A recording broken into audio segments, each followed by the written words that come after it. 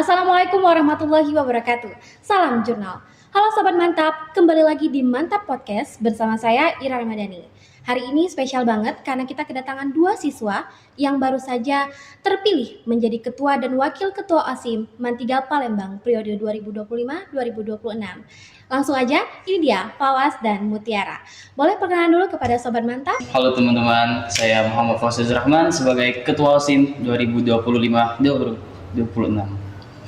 Saya Mutiara Anjani Putri Amanta sebagai Wakil Ketua OSIM 2025-2026. Oke, sebelumnya tim Jurnalistik MAN3 Palembang mengucapkan selamat atas terpilihnya kalian sebagai Ketua dan Wakil Ketua OSIM MAN3 Palembang periode 2025-2026. Oke, aku mau nanya, gimana proses kalian dalam menentukan partner yang cocok? Mulai dari Fawas dulu.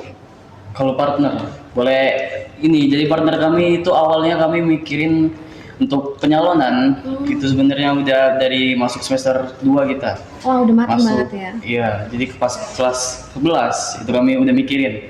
Kalau untuk prosesnya gimana ya, Mut? Mungkin boleh Mut aja. Soalnya lebih enak gitu. Mungkin kalau dari awalnya memang kami nggak separtneran. Fawas beda partnernya, Mutiara juga beda partnernya. Tapi waktu di tengah perjalanan, waktu kami rapat-rapat, sharing-sharing, lebih disarankan sebagai cowok-cowok, cewek-cewek gitu. Jadi kami sudah memilih-milih antara 4 paslon itu siapa yang mau pasangan dengan siapa gitu. Jadi duluan Mutiara bilang pengen berpasangan dengan Fawas. Oh, ternyata prosesnya panjang ya. Iya. Oke, Fawas, apa yang membuat kamu menginspirasi kamu sehingga kamu meyakinkan diri untuk mencalonkan diri sebagai Ketua OSIM? Kalau inspirasi terbesar dari Fawas ya, atau motivasi untuk Fawas sendiri, kalau dari internal itu tentu saja untuk masa depan Fawas. Jadi untuk masa depan dan untuk membanggakan orang tua. Tapi kalau dari eksternal, yang pengen Fawas bangun di MAN3 ini tentu aspirasi warga Mantap. Jadi Fawas juga pengen kalau MAN3 ini bisa nyaingin sekolah-sekolah unggulan di Palembang ini. Wah, keren ya. Nah, Mutiara, kenapa memilih Fawas sebagai pasangan calon kamu?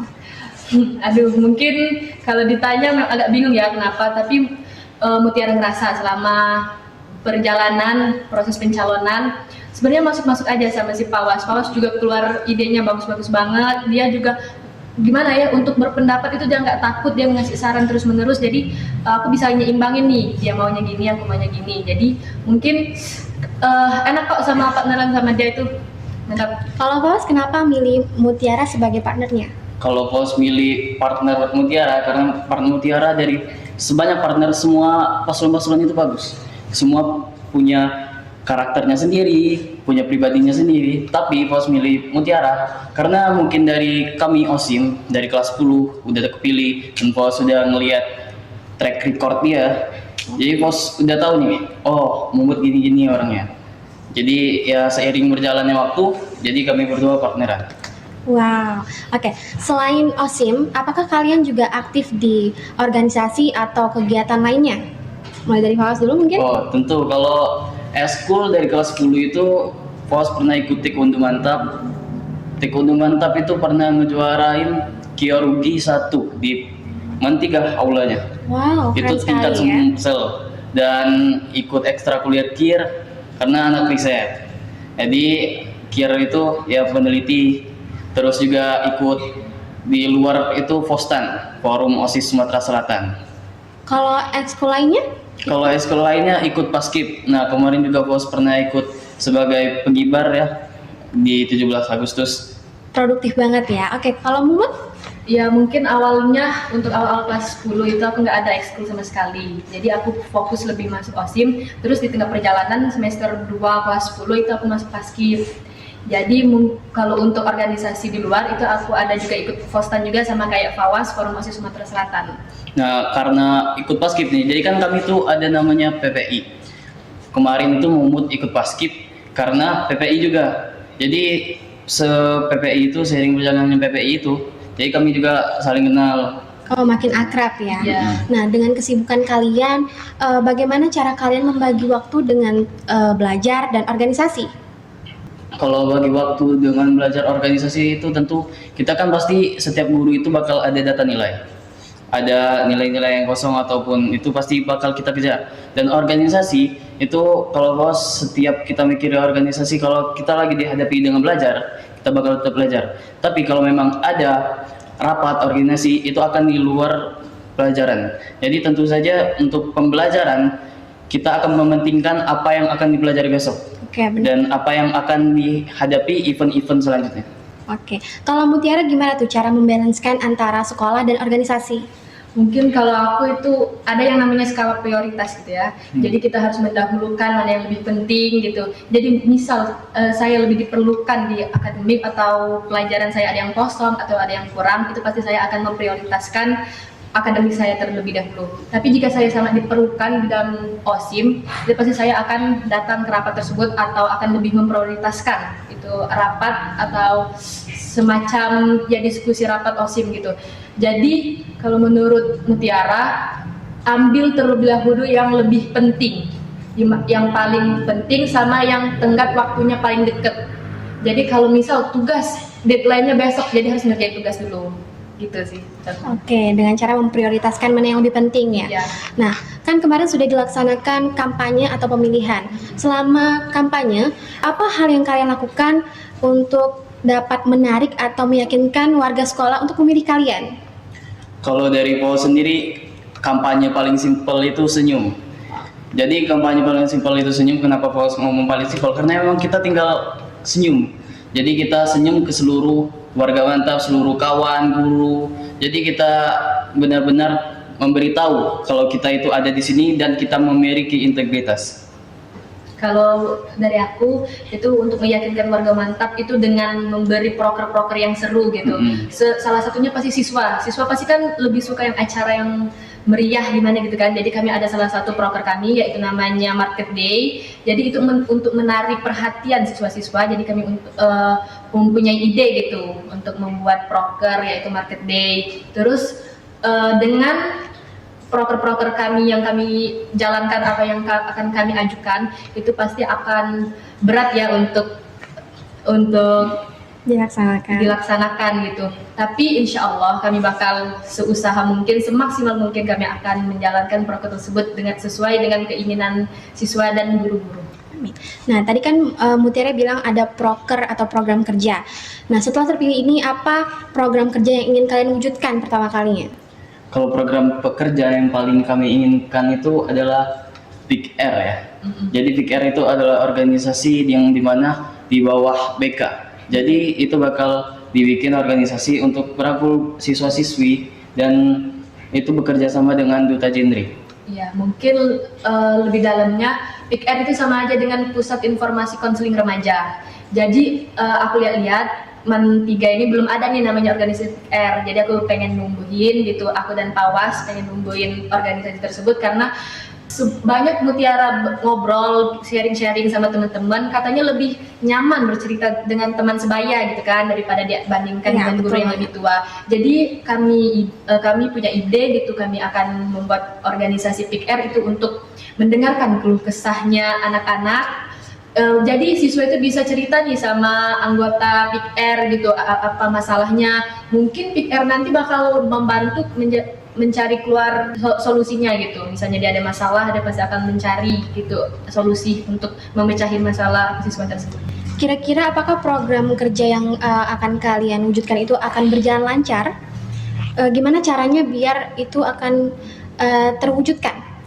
Jadi untuk agar terwujudkan, kami sebelum dilantik pun kami sudah rapat sedikit dengan MEM. Jadi untuk penentuan jadwal kegiatan-kegiatan yang akan kami laksanakan.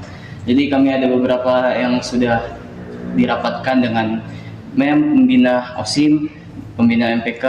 Jadi kami berbincang dengan MEM bagaimana event-event ini akan dilaksanakan, kapan tanggal-tanggalnya, dan kami sudah merencanakan setidaknya sudah 45% untuk perancangan data tanggal-tanggalnya.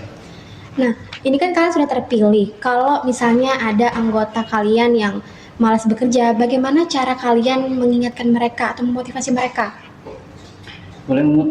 Ya kalau dari Mutiara sih gimana ya, kita untuk mengingatnya itu jangan pakai cara yang keras atau yang menyakiti hatinya. Mungkin kalau kita pakai cara itu dia lebih menjauh dari kita. Jadi kita pasti akan ajak dia dengan ya cara kita berteman bagaimana gitu kan. Jadi pasti kita bakal mendekatkan diri gitu, bisa dibilang sama dia gitu. Kita tanya, apa masalah kamu, kok kamu bisa ngejauhin kami? Pasti kami ada masalah kan sama dia, kalau dia ngerasa atau nggak nyaman atau nggak sefrekuensi sama kami. Nah mungkin misal dia udah ngomong gini Mot, aku nggak suka gini, bakal kami ubah gitu biar dia tetap ada di OSIM, terus dia bisa lebih aktivitas di OSIM itu lebih nyaman, bisa lebih aktif daripada yang dibandingkan kemarin. Oke, nah kalian ini kan ada OSIM dan MPK. Jika terjadi konflik, apa cara kalian untuk menangani konflik tersebut pertama kalinya? Untuk menangani konflik itu kan ada evaluasi setiap kegiatan ataupun setiap minggu. Untuk evaluasi itu tentu dari nama evaluasi itu memperbaiki, bukan mencari kesalahan. Jadi kami terus memperbaiki, walaupun setidaknya konflik itu sedikit atau kecil, itu akan langsung diselesaikan. Karena konflik-konflik yang kecil itulah yang akan tidak dipandang, malah justru akan membesar. Dan itu akan menjadi intimidasi untuk setiap bagian A ataupun bagian B. Kalau Mumut?